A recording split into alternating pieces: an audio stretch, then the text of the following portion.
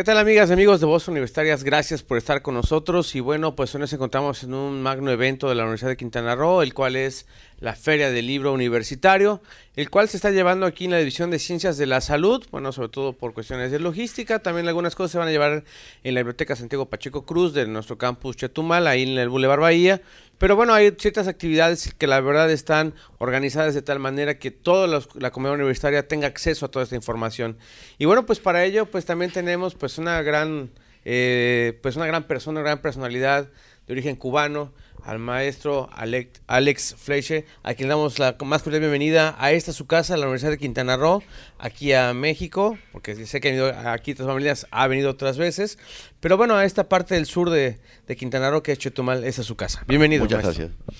Bueno, que platíquenos un poquito sobre, pues esto que nos va a presentar, sobre lo que es el cine cubano. Hemos visto películas, sin duda alguna, del tour francés, películas italianas, películas, obviamente, por ende, estadounidenses, hasta no más por más, pero esta parte del cine cubano, ¿cómo es que, pues, lo podemos ir conociendo, maestro? Bueno, Cuba tiene una larga historia de cine. En Cuba se comenzó a hacer cine prácticamente unos meses después que los hermanos Lumière ponen en marcha el cinematógrafo. O sea que hay, desde el siglo XIX en Cuba se hace cine. Después de la Revolución Cubana, que ocurrió, como se sabe, en 1959, se crea un instituto de cine que potencia la producción nacional y a partir de ahí comienza una larga segunda etapa del cine cubano con películas muy importantes. En cuanto a la exhibición, las películas cubanas han sido vistas básicamente en festivales de todo tipo, puede ser desde Venecia, Cannes, Berlín, hasta los festivales de América Latina. Y luego no pasan a las grandes salas por razones obvias, ¿no? Son razones políticas más que de la calidad del propio cine. ¿Cuál es la temática que manejan estas películas cubanas? ¿Cuál sería digamos, obviamente, la raíz de ese cine cubano? Bueno, después del año 59 hay dos grandes zonas temáticas. Una es la relectura del siglo XIX cubano. O sea, la relectura del siglo en que se funda la nacionalidad cubana o se consolida la nacionalidad cubana. Y la otra son temas de actualidad. Los conflictos del hombre con su medio, los conflictos del hombre con la historia y los conflictos del hombre con el hombre, por supuesto, ¿no? Y en ese sentido son plurigenéricas. Hay lo mismo comedias que dramas, que películas de corte musical. ¿Cuál es la de mayor atención para el mismo público cubano? Porque, por ejemplo, a lo mejor los mexicanos, en esas mismas épocas que usted comenta, podemos tener aquí a Pedro Infante, podemos mencionar a, no sé, a los García, a películas, personajes de esa misma época. ¿Quiénes son esos personajes cubanos? Hay en Cuba, no te podría hablar de un tipo artístico que haya trascendido así, ¿no? O sea, hay directores y hay filmes que son muy importantes. Hay una película de Tomás Gutiérrez Alea, que es nuestro principal director, ya fallecido, que se titula Memorias del Subdesarrollo. Esa película está dicho por la Federación Internacional de Cineclubes y de Críticos Cinematográficos, esa película está considerada entre las 100 películas mejores de todos los tiempos. Y está considerada entre las 10 películas mejores de temática política. No me gusta decir temática política porque yo creo que todo cine es político. Hasta el que intenta no ser político, eso también es una actitud política. Sí, quizás que quisiera a lo mejor ir un poquito más por esa parte de en esa misma época nosotros como mexicanos mostrábamos al charro mexicano. ¿Esa era la temática, la temática política en ese entonces? O sea, la lucha de los cubanos ante el salir, el mostrarse, el fortalecerse como cubanos. Hay un fenómeno con el cine cubano, ¿no? Hasta las peores películas cubanas, las peores en términos de calidad, tienen una expectativa de público. Y es que el público cubano le interesa verse en el cine. El cine es un arte, quizás la más de las artes, que conforma un sentido de identidad, porque las personas se ven, la tipología, las costumbres. El cine tiene una importancia sociológica y obviamente cómo eran los cubanos del siglo XX, lo sabrán los cubanos que vengan mucho después a partir del propio cine, ¿no? Hay estereotipos, el cine comercial crea estereotipos, ¿no? El estereotipo de la rumbera, el estereotipo, eso no se trabaja en Cuba así de esa manera, ¿no? O sea, esos estereotipos son apropiaciones, entre comillas, fáciles de la realidad. Y son reduccionistas, son vulgarizaciones, ¿no? Ni todos los mexicanos son charros, ni todos los argentinos cantan tango, ni todos los cubanos son rumberos. La realidad es mucho más complicada que eso. A eso iba precisamente, o sea, ¿cuál es la verdadera identidad de un cubano? La identidad es un factor múltiple, que se compone de muchas cosas y es un factor siempre en movimiento. La identidad siempre se está construyendo. No hay ninguna identidad que esté cerrada. Cualquier individuo tiene varias identidades que lo conforman. Una identidad profesional, una identidad lingüística, una identidad por el barrio donde vive, una identidad por sus preferencias sexuales, una identidad por su... Entonces, no se puede generalizar y decir el cubano es simpático o el cubano es bailador o el cubano es extremadamente preocupado por la política. No hay nada de eso, ¿no? Yo creo que el cubano es un ser complejo que precisamente como se resiste a esas simplificaciones, se resiste a esas caracterizaciones a priori, como cualquier, no puedes decir tú que los esquimales son silenciosos, pues de pronto te puedes encontrar esquimales que hablen demasiado, ¿no? Entonces, con esto te quiero decir que tratar de una frase, en una palabra, caracterizar el concepto de nacionalidad del cubano es imposible, pero como igual es hacerlo para cualquier otra nacionalidad. Se puede decir que hemos visto a dos Cubas, la Cuba revolucionaria y la Cuba que ahora empieza a resurgir, a emergir a emerger con esta serie de políticas exteriores, quiero llamarle así, que ha soltado Estados Unidos y demás. ¿Cree usted que se está iniciando una nueva etapa en Cuba? Yo creo que sí, yo creo que están sucediendo cosas que en una realidad que era una realidad bastante detenida durante mucho tiempo, porque el bloqueo que todavía existe ha mantenido, y la llamada Guerra Fría, que ya desapareció después que se desapareció la Unión Soviética, mantuvieron a Cuba en un estatus de plaza sitiada, muy endógena, muy hacia adentro, ¿no? Eso está variando y es de esperar que haya cambios, ¿no? Igual no me gusta pensar en dos Cubas, me gusta pensar en una sola Cuba que evoluciona. Es como yo a veces lo puedo ver así, ¿no? Como México independiente y el México que empieza a crear su democracia. Puedo pensar que Cuba puede empezar así. Yo creo que la democracia es más una aspiración que una realidad. Creo que muchos países donde se habla de democracia, no existe democracia, son las clases dominantes las que deciden, ¿no? O sea, creo que todos debemos aspirar a la democracia y creo que en Cuba, como cualquier otro país, esa es una gran aspiración. El socialismo, que es un sistema con imperfecciones, como lo es el capitalismo también, si va a crecer, si se va a desarrollar, tiene que ser un socialismo más participativo, menos autoritario. De lo contrario, no tiene posibilidades. Creo que los gobiernos están dándose cuenta que es esa la parte, ¿no? La parte social, la parte de involucrar a las personas, de hacer por hacer, no como que lo que dice la mayoría y se haga. Creo que es que la mayoría no dice casi nunca nada, o sea, la mayoría acata, la mayoría es un cuento que la mayoría manda. Eso es una de los tantos subterfugios que tienen los políticos, ¿no? Yo creo que en el capitalismo existen las clases sociales y las clases sociales más pudientes son las que deciden. En el socialismo existe una burocracia que se estratifica, ¿no? Y esa es la que decide también, ¿no? Cuando te hablo de un socialismo participativo, es un socialismo donde el diálogo no se dé en una sola dirección, porque en una sola dirección es un monólogo, no es un diálogo. Así es. Que haya un intercambio entre las personas que eligen y las personas que son elegidas. Ahora, déjame decirte un pequeño detalle. Para mí ya hoy, visto a la altura de la historia, no es tan importante las ideologías como la decencia. No creo que sea tan importante que tal político sea de izquierda o de derecha. Creo que lo más importante es que sea una persona decente, que no sea un ladrón, que no robe, que no sea autoritario. Eso, por lo pronto, es más importante que la afiliación psicológica o filosófica. Así es, definitivamente, eso sí creo que en cualquier lugar, en cualquier gobierno, en cualquier país, eso es lo primordial en un buen gobierno. Y bueno, que sin duda alguna el tema político sale, ¿no?, a relucir, pero bueno, esta parte regresamos a esta parte cultural, esta parte del cine. ¿Cuáles han sido esas películas que a usted, como Alexis, le ha llamado la atención, que puede mostrar en cierta manera cómo es Cuba? Yo creo que todas las películas, incluso las menos buenas, muestran algo que tiene que ver con Cuba, ¿no?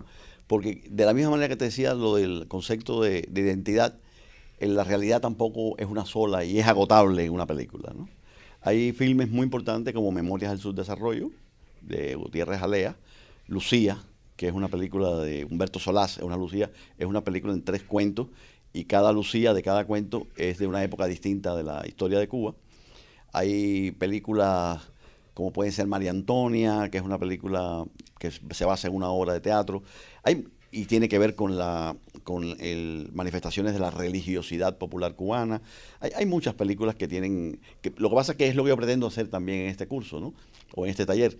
Yo pretendo mostrar diversas aristas de la realidad y a partir de eso tratar de que los participantes construyan por lo menos una visión que tendrán que modificar, tendrán que enriquecer o sí, en la medida de sus intereses, ¿no? Definitivamente. Por otra parte, maestro Alexis, quisiera que en un momento dado nos platicara de esa parte de cómo es que ha visto estas películas que nos muestran en Cuba. Por ejemplo, esta película del Che, en la cual actuó Gael García. ¿Cómo es que la vio? Mira, esa película no es cubana, ¿no? Así es, obviamente no es cubana. No, yo creo que en términos generales gustó. Yo creo que en términos generales está bien, ¿no? ¿Es comercial? A mí no me parece, pero a mí el tema comercial no me parece un mal adjetivo. Yo creo que lo ideal es que sean buenas y que se vendan, ¿no? Si comercial es que tiene un alcance mayoritario, que se difunde, pues no es un mal adjetivo.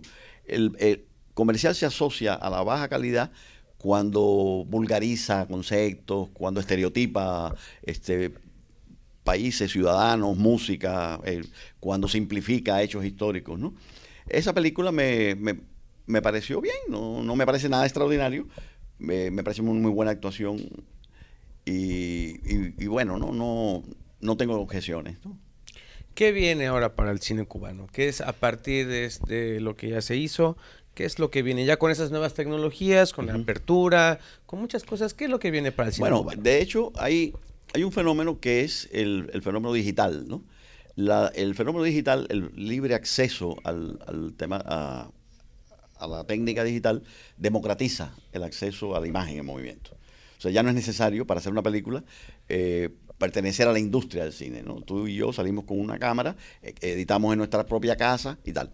En consecuencia, este cine que antes lo hacía exclusivamente el Estado, porque el Estado era el dueño de las productoras en Cuba, ya lo están haciendo personas que no son solamente del Estado. Y están empezando a aparecer ángulos críticos muy interesantes que discursan sobre los problemas más acuciantes, más agudos que tiene la sociedad cubana. Creo que lo característico del cine que viene para Cuba será su pluralidad de puntos de vista. Sin duda alguna. Y bueno, quisiera cerrar con esta pregunta. Antes, ya sé que la producción me va a ir cortando un poquito, pero bueno, quisiera hacer esta pregunta. ¿Cómo ve a la juventud cubana hoy día con toda esta tecnología, con lo que viene, con las redes sociales, con el internet, porque usted me acaba de comentar precisamente de cómo ve a esos futuros cineastas cubanos que son jóvenes como universitarios que están ahí? La democratización del acceso a la tecnología digital también crea un espejismo, y es el espejismo de que cualquiera puede hacer una película. O sea, que cualquiera, sin conocer la dramática, el arte dramático, la gramática cinematográfica, puede hacer cine. Y eso también es escandalosamente equivocado, ¿no? Los jóvenes cubanos que llegan a ser buenos cineastas, serán buenos cineastas porque tienen acceso a esa tecnología, pero también porque estudian la gramática del cine, estudian la historia del cine, porque de la nada no surge nada, de la ignorancia no puede surgir nada. Cuba tiene acceso, los jóvenes cubanos tienen acceso a internet muy limitado todavía, por razones tecnológicas, quizás también por razones políticas, pero es muy limitado, ¿no? Es de esperar que eso vaya creciendo con el tiempo. Pero ahora, ayer, y me imagino que en el futuro, la palabra va a ser estudiar, prepararse y asumir seriamente una profesión tan complicada y tan hermosa también como es la del creador cinematográfico. Excelente. Bueno, pues me gustaría que nos dieran un mensaje para los amigos que nos ven a través de Voz Universitaria, un mensaje para los jóvenes que quisieran dedicarse al cine y por dónde empezar más o menos. Bueno, el primer mensaje es que estas películas que yo traigo, que me parecen muy interesantes, las voy a dejar aquí en la biblioteca, que pueden consultarlas, las pueden copiar, pueden hacer con ellas lo que quieran, ¿no? Y el cine es una ilusión costosa, es caro hacer cine. Yo creo que lo primero es ilusionarse, lo primero es querer hacerlo, saber que el camino es largo, el camino es complicado, saber que, por ejemplo, para el guionista, por 100 guiones que escribe, quizás llega a filmar uno si acaso, porque no depende ni siquiera de la calidad del guión, depende de factores de producción, de dinero y tal. No descorazonarse y defender la vocación. Esa sería la...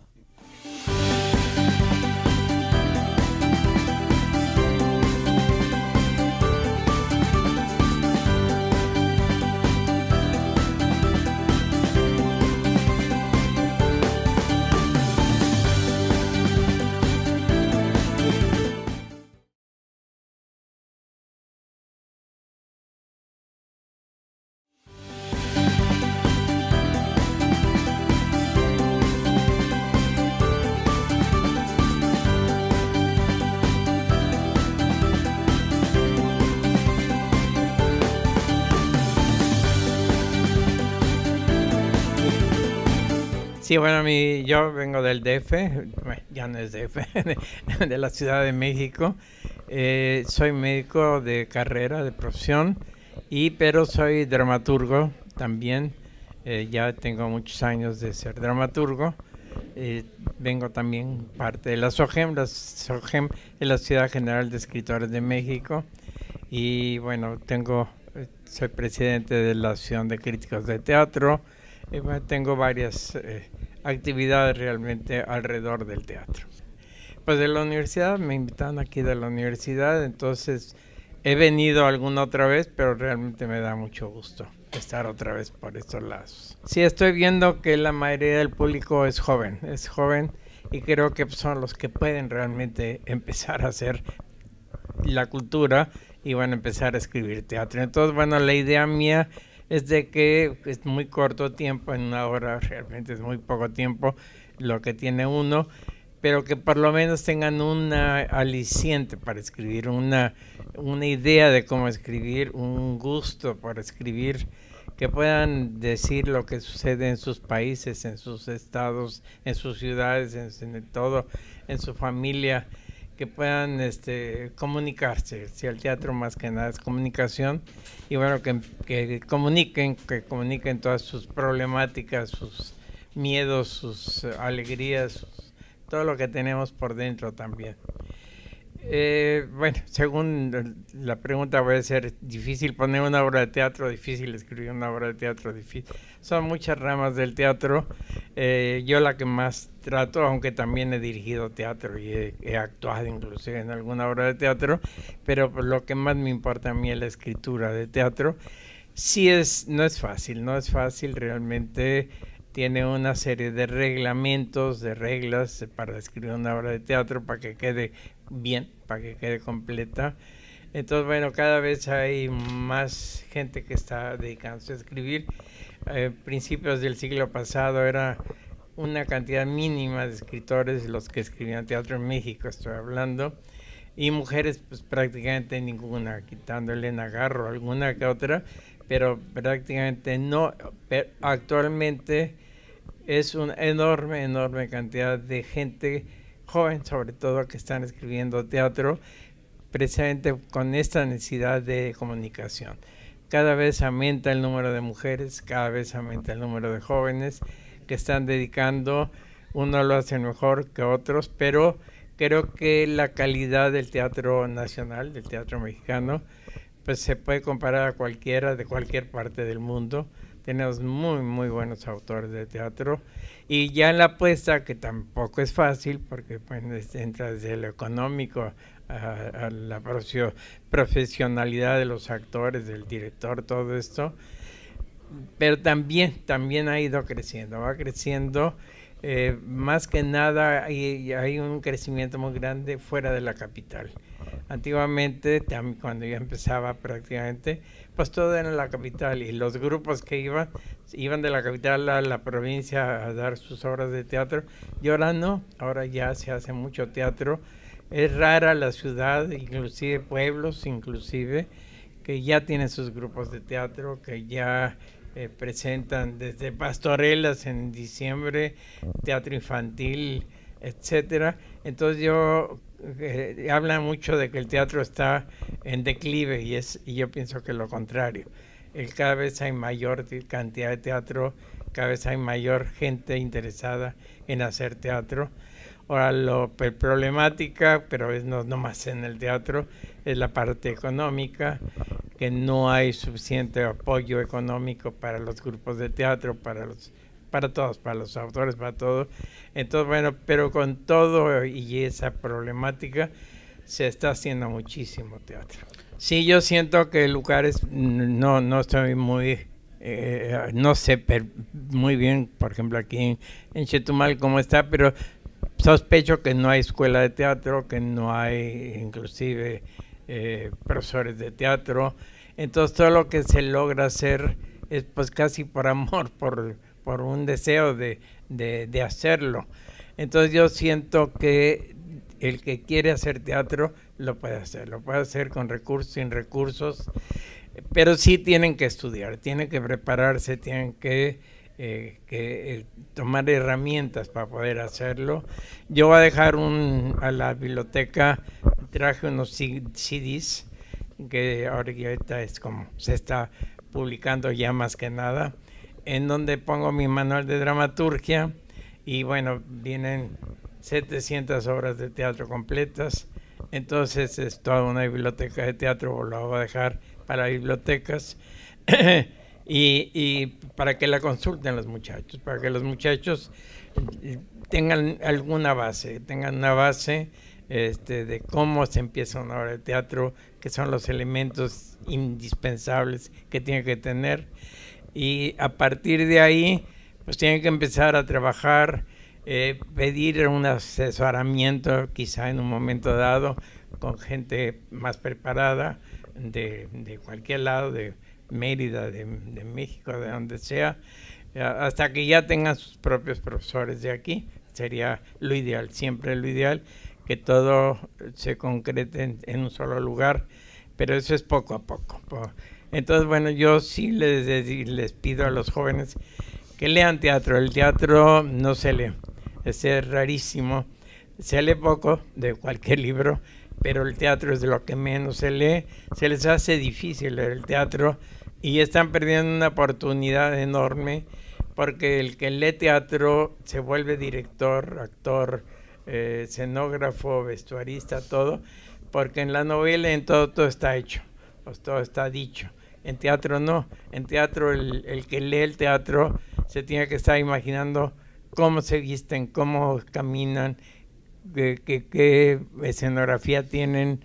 O sea, está creando una serie de elementos que no se dan en otro tipo de... Y entonces es más rico todavía, es más rico el poder crear a través del teatro, que quizá con cualquier otra rama de literatura. Entonces les recomiendo mucho que lean. Veo que no hay mucha publicación. Ahorita recorrí aquí y pues no vi un solo libro de teatro, ni uno de ningún lado. Entonces, bueno, siento que es una gran deficiencia la que hay de publicaciones de teatro, de que cómo van a llegar los jóvenes al teatro. Yo siento que este disco que voy a dejar lo pueden reproducir y para poderlo ofrecer a grupos de teatro, a estudiantes que se interesen, porque sí, es muy importante que se manifiesten a través del teatro. Perfecto. Los jóvenes.